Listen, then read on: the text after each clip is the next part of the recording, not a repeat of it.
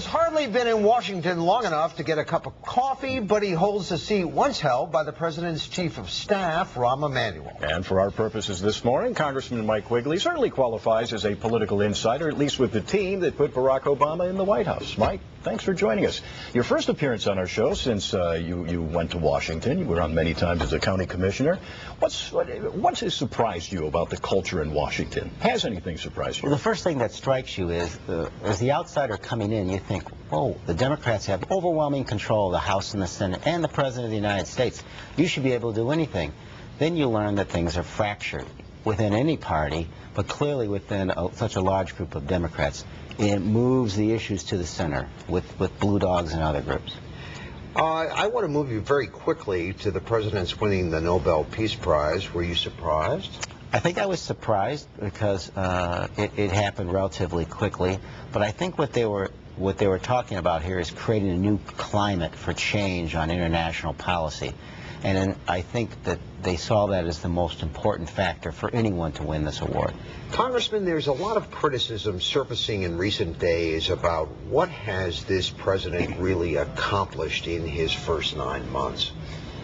How would you answer that? Well, I think this award announcement helps a great deal because I think our country's standing across the world has changed dramatically simply by him, being the president and changing the temperature out there. I think people look at our country in a whole different vein right now than they did just 6 or 7 months ago. Well, there are many in the liberal wing of the Democratic Party, a little bit farther to the left, who are expressing a lot of dissatisfaction with his job performance so far.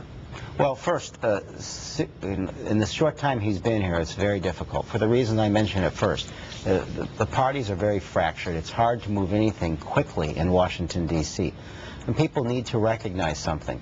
The reason the Democrats got control of the House is they won some Republican districts in very close elections.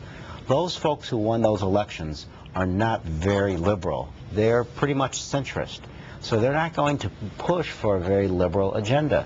So for a newcomer coming to D.C., that's the first lesson. Things are far more in the middle.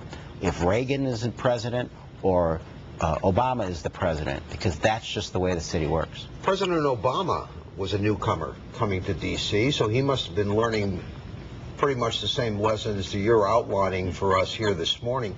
But how promising is that in terms of this ambitious legislative agenda he has going forward? Let's start first with health care. What has been accomplished so far? What do you expect will be accomplished? Well, we have to remember that the first president who talked about changing health care was Roosevelt, and it was Teddy. So we've been talking about this over 100 years now. So to assume that a president could come in and change things overnight and change with very powerful interests fighting him in less than half a year is really optimistic. I think perhaps that optimism came with a president who was so different, but I think we need to be a little more realistic. And I do believe they'll pass a bill. It may not be what everyone wants. You made some news this past week talking a little bit about calling on an investigation into how the county has spent federal money, the Project Shield. Talk to us about that. What are your concerns with what's happened to that money, and do you think that the feds will get involved? Well, there was $43 million spent on Project Shield, and what we learned on 9/11 was that the first responders were put in peril, and they couldn't communicate the message very quickly because there wasn't a cohesive network.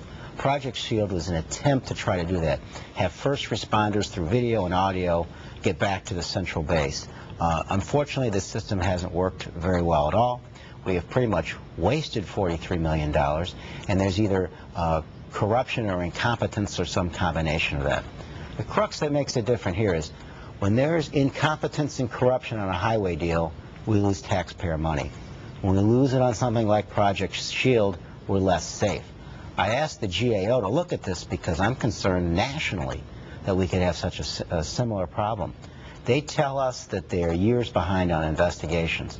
I asked the chairman of my committee to sign on to that letter, and I do think we're going to get some progress. So nobody's really looking at this from a federal perspective. The GAO isn't. The Inspector General wasn't. We're asking them to look at this. We do hope that others are investigated from a point of view of corruption.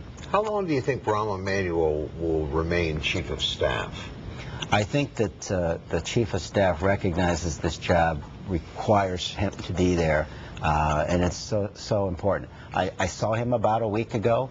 He seemed very, very busy, and I think he should enjoy And his you job. hope he stays that way. I have Is a that feeling correct? he's going to stay there a long time.